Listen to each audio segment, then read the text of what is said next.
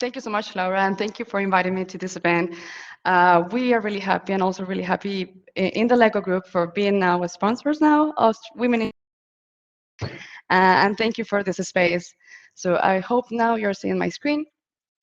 And yeah, to what we came. So I'm gonna talk today about build development. I am a build developer, and yeah, it's more than just nesting.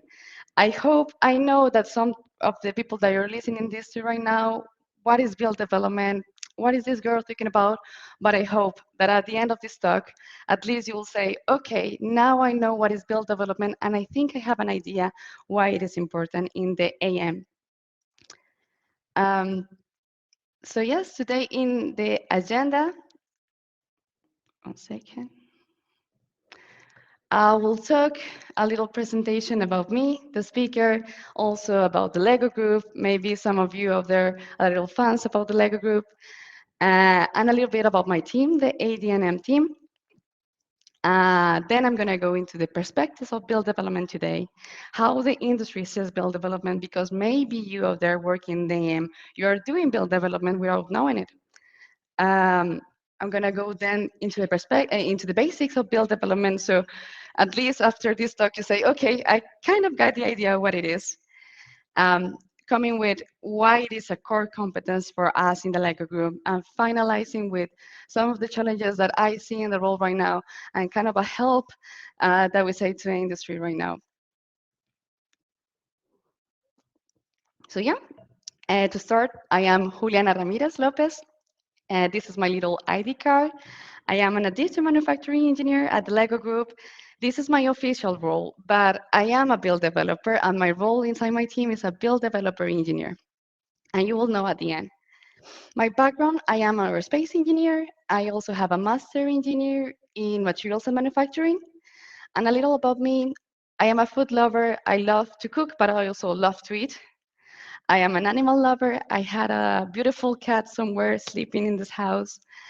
I'm a really active person. I really like to go outside. I live in Denmark, so I don't see the sun much, but the times I see it, I love it.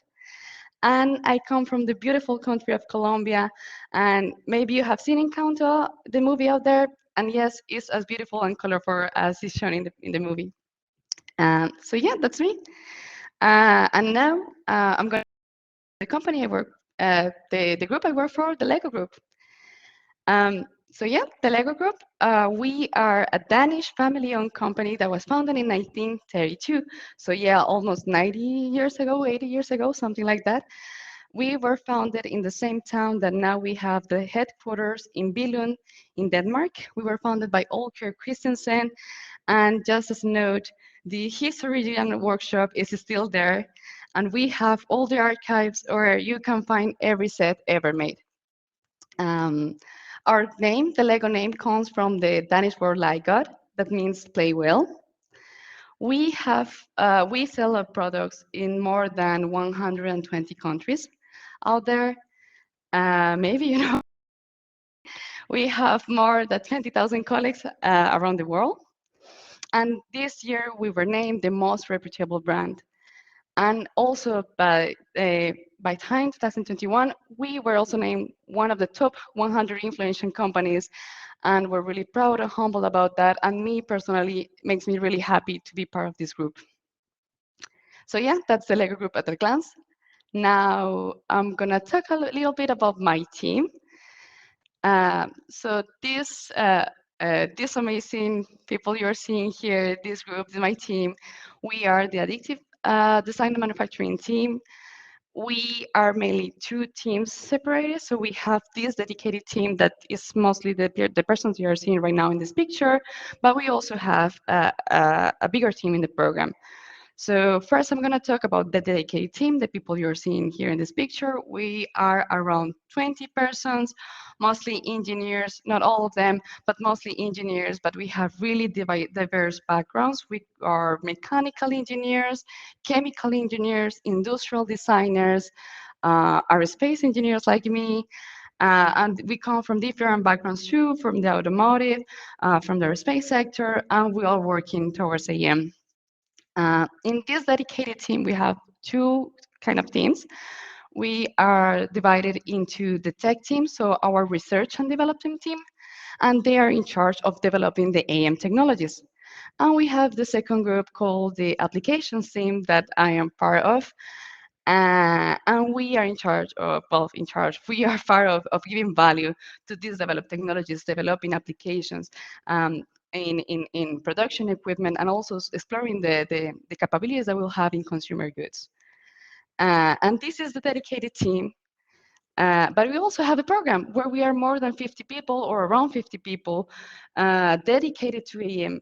So, for example, we have digital technologies, materials, metrology, engineers. We also have technicians on site. So we have sites in Czech Republic, in Mexico, in China. We have 2 sites in Denmark.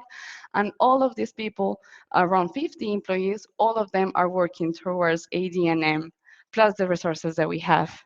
So yeah, and now that I have the chance to talk to a broader group, uh, in this year, in 2022, our team will grow. So maybe if you out there are listening to this and you want to be part of the Lego group, we would like for you to join our forces, to join our team. We'll be looking for build developers as me. So at the end of this talk, you'll say, maybe that's my profile, and I would like to work with you guys. We're also looking for process engineers, data managers, data scientists, material engineers. So maybe you're interested, you'll say that will be cool to work in Lego. Yeah, keep an eye on the Lego webpage, and soon the jobs will be posted. So yeah, that's our team. And now what everybody came for, build development. Wait, Juliana, build what? Yes, yes, I know it doesn't development. You mean nesting? No, I don't mean nesting. I'm sorry. I mean build development. Before I start speaking, explaining what is build development, I want to ask these rhetorical questions that may be in your head if you're working in the AM industry, or maybe you have a little relationship with the AM industry. Maybe you will answer to them. So let's say maybe you're working with a technology similar to SLS or something like that, and your build jobs, when you're preparing them, look kind of like this. And because in your mind, you're thinking in optimizing your space, you're thinking in optimizing the material that you're using. And that's what you want for. And then you had the idea, okay, I think I'm playing Tetris, or I have the feeling I'm getting an expert in playing Tetris. Or maybe in your race into optimizing your space and optimizing your build job, you go and maybe your team or your company has this magic button, this magic software that has that automatic button that says automatic nesting, and boom, everything is gone, everything is optimized. This complex algorithm does everything for you, maybe. Or maybe you are working with a technology that requires supports like SLM or SLA or even FDM. But the only thing you're thinking when you're putting your supports is just, it doesn't fall. I need this thing to be printed, and I'm gonna think, and that thing is gonna end up like a tree full of supports everywhere. I don't care. I just need to produce this. Are you giving it a thought in how you're placing your supports? So if anything of I just said, anything I just said resonates with you, maybe your team needs a little bit of build development. So yeah, that's how the industry sees right now build development. The industry right now sees us as a race towards productivity. The most we can get our printers, the most we can optimize our build jobs. But don't take me wrong, we are also part of the race. We want to jump in a race. We're in one of those cars too, but we are also part of the Lego group. And as part of the Lego group, one of our core values is quality. And we cannot deny that. And every Lego, you cannot imagine all the engineering that goes towards every Lego brick out there. And it's because it's part of our core values, it's part of who we are. It's when we were founded, quality was always our motor, our engine. So for us at the Lego Group, it's more like a balance between quality and productivity. And if there's any fan out there of the Lego Group, you know one of our mottos is only the best is good enough, because we need to push our technologies further. Okay, Juliana, so You have talked a lot, you have said a lot, but I don't understand. What is build development? Can you please explain it? And yes, I know. I will get to it. A little complex, but I will get to it. So build development that goes behind producing elements, that goes behind when we need to manufacture all these type of elements that we want. So let's say we have a really skilled designer that knows how to design for EM. But now I need to produce that element and I need to understand how I'm going to place it in my build job, how I'm going to place it in my build tray.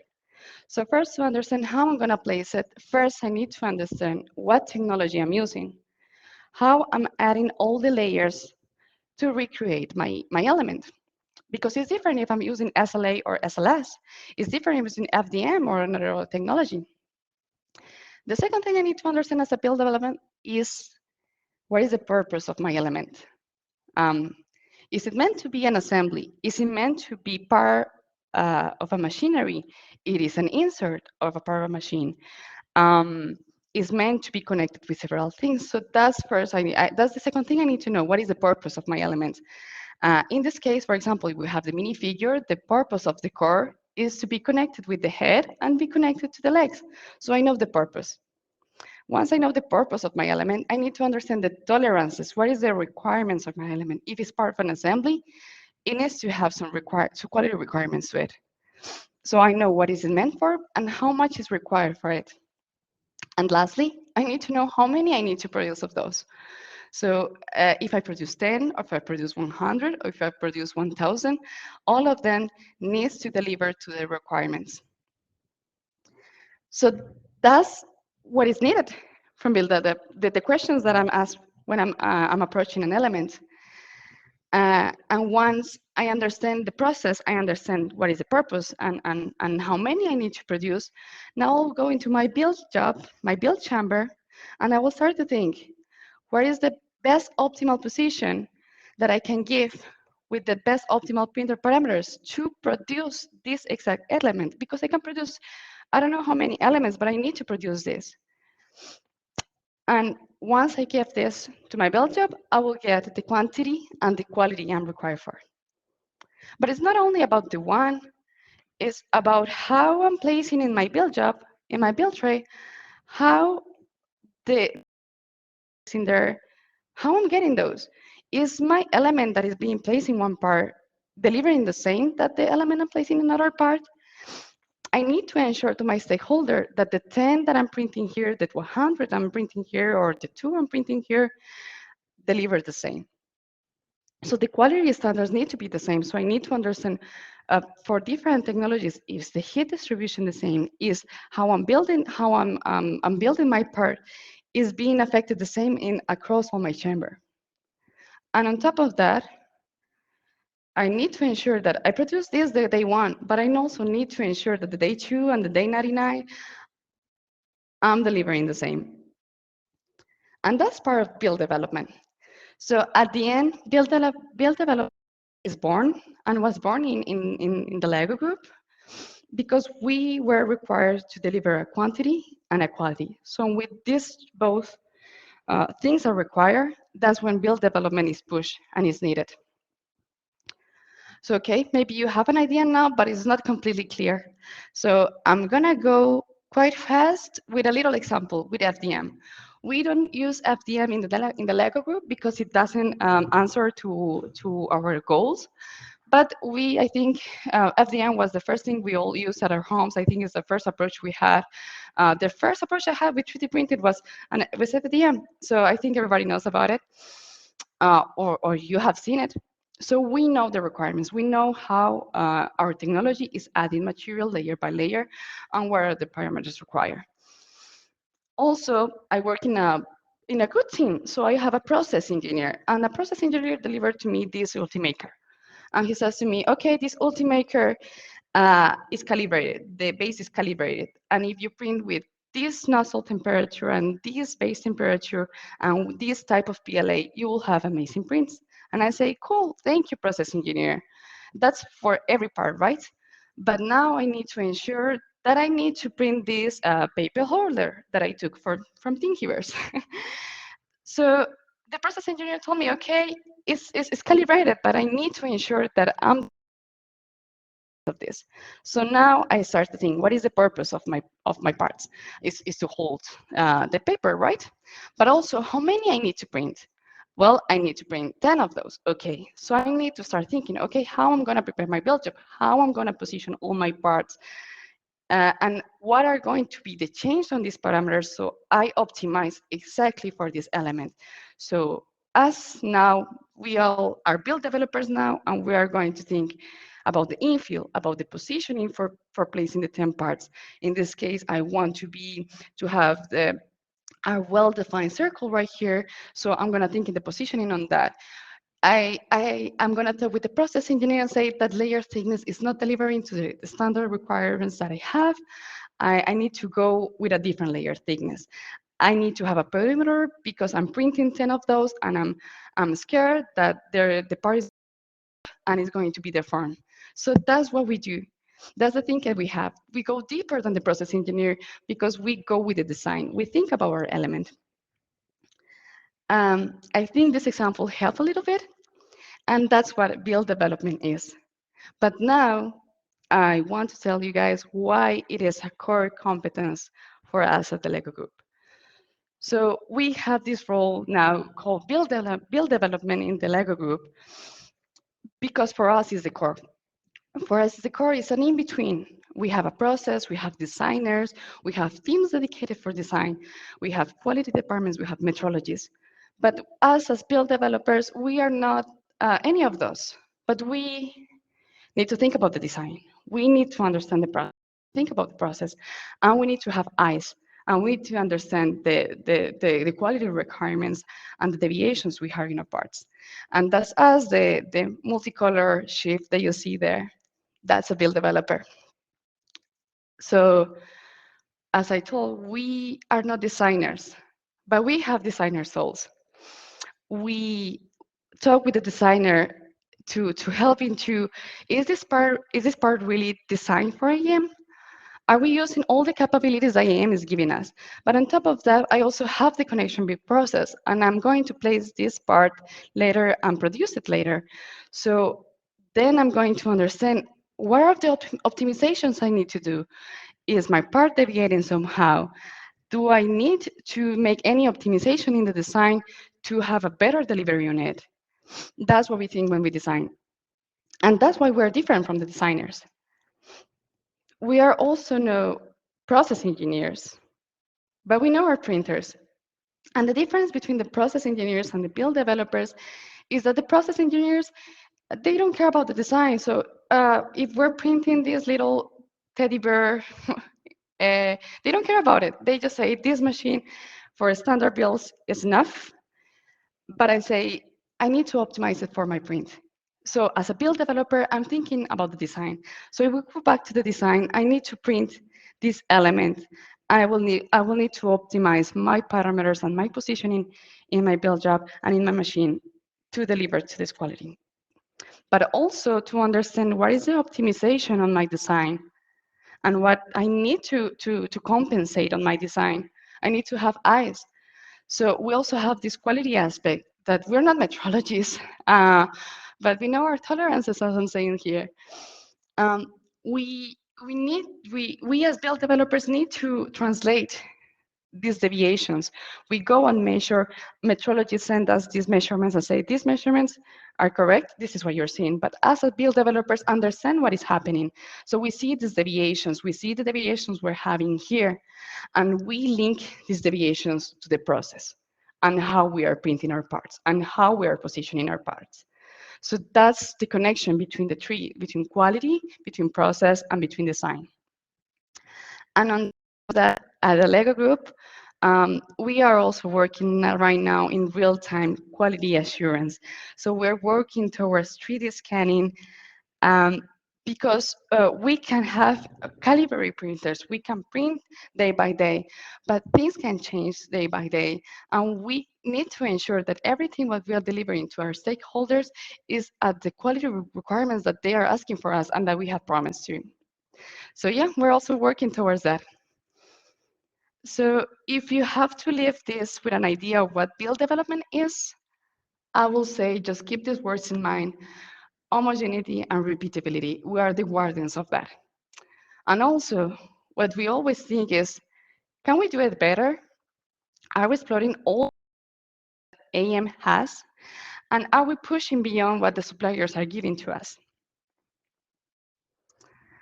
And if we go back to the triangle, um, you see we have a process engineer that ensures our machines are working. We also have technicians on site that keep our machines working. We have designers and quality departments. But we also, as build developers, need to ensure the production and need to go from that 1 to 100 to scale it. So yeah, in some few words, that's what build development is, and that's how we see build development in the LEGO group. Now, I'm going to talk about some of the challenges we have now. Um, as build developers, for example, my daily role uh, and the things I see as challenges in the daily role. So if you see, it's mostly wherever we do all the day, I be jumping between design softwares and build job softwares and slices and connectivity to my Ultimaker that I'm using and reusing in this PowerPoint. Um, but it's opening and closing softwares, and there's no automation to it. So we have engineers doing manual work, using work hours, just opening and closing softwares. So yeah, that's kind of a call out to the industry out there. Hey, we need more automation, please. I need to stop as an engineer opening and closing programs. And yeah, that's one of the challenges, and the main challenge is the lack of automation. I know there's some industries out there pushing towards it, but we need at the Lego group, and we're pushing in the Lego group for a call of automation, and we need this, we need connectivity.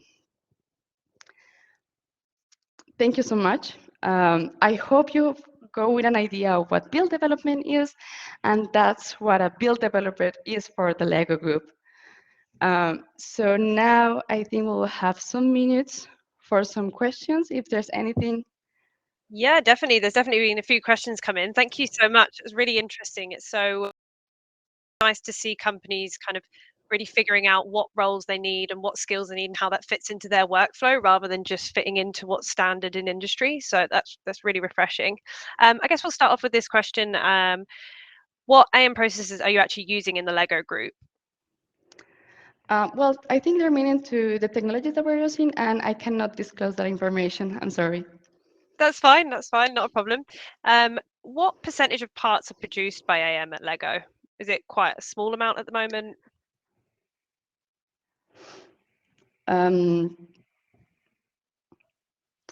so yeah, again, we are That's fine. producing now the Lego. We are now producing. Yes, I think I cannot talk about numbers. We're very close about what we're producing right now, but yes, it's part of our supply chain right now, and yes, we're pushing towards it. Yep. No, that's not a problem. So what is one of the most difficult pains or challenges with real-time quality assurance at Lego? One is that, for example, right now we before we had the 3D scanner, we didn't know what was happening. We were delivering without seeing, and we after delivering the part, we received the feedback of, oh, this part is not working as the other ones you have sent. So one of this was that the lack of visibility of the defects. Um, and now with 3D scanning and how we're pushing 3D scanning to AM, we have more visibility into what we are producing. And other challenge in well, not in real time right now, but when we're developing even, is that to link that into our process, to that really a connection between what is the defect that we're seeing and that our metrologists are sending to us, and to understand really what is happening to our machine or what is happening to our process, or how we can improve that. Yeah, absolutely. It's so important. Um, Another question here. I'm not sure if you'll be able to answer it, but I'll ask it anyway and see. Do you print tools for injection molding as well as printing parts? What I do can say is that, yeah, we're printing production equipment, And we are now exploring the possibility to go into consumer goods. So yeah. Brilliant. Great. And another question, I guess, more specific to the build developer role. Does the build developer engage in post-processing planning? Yes, so we also have post-processing engineers, but they're more focused into ensuring that our post-processing equipment and technologies are working. But the whole role of of planning the process also includes post-processing. So when we send to the machine, we deliver our job to the machine, we also need to ensure the whole workflow that is being printed, that is being post-processed, and then is being delivered. Excellent. Okay, brilliant. Well, that wraps up our Q&A. One comment I did want to share is from David, which says, "I have a feeling people will be studying at uni for this role in the future," and I definitely think so as well. I think Lego have got a very refreshing approach to AM that's really great to hear. So I just want to say thank you again for joining us. Thank you so much for contributing. We'll have a few minutes break, and then we'll be back for our software and tools panel. Of course, thank you so much, Laura, for having me, and we're really happy to be part in the Lego group. Excellent. Thank you. Take care.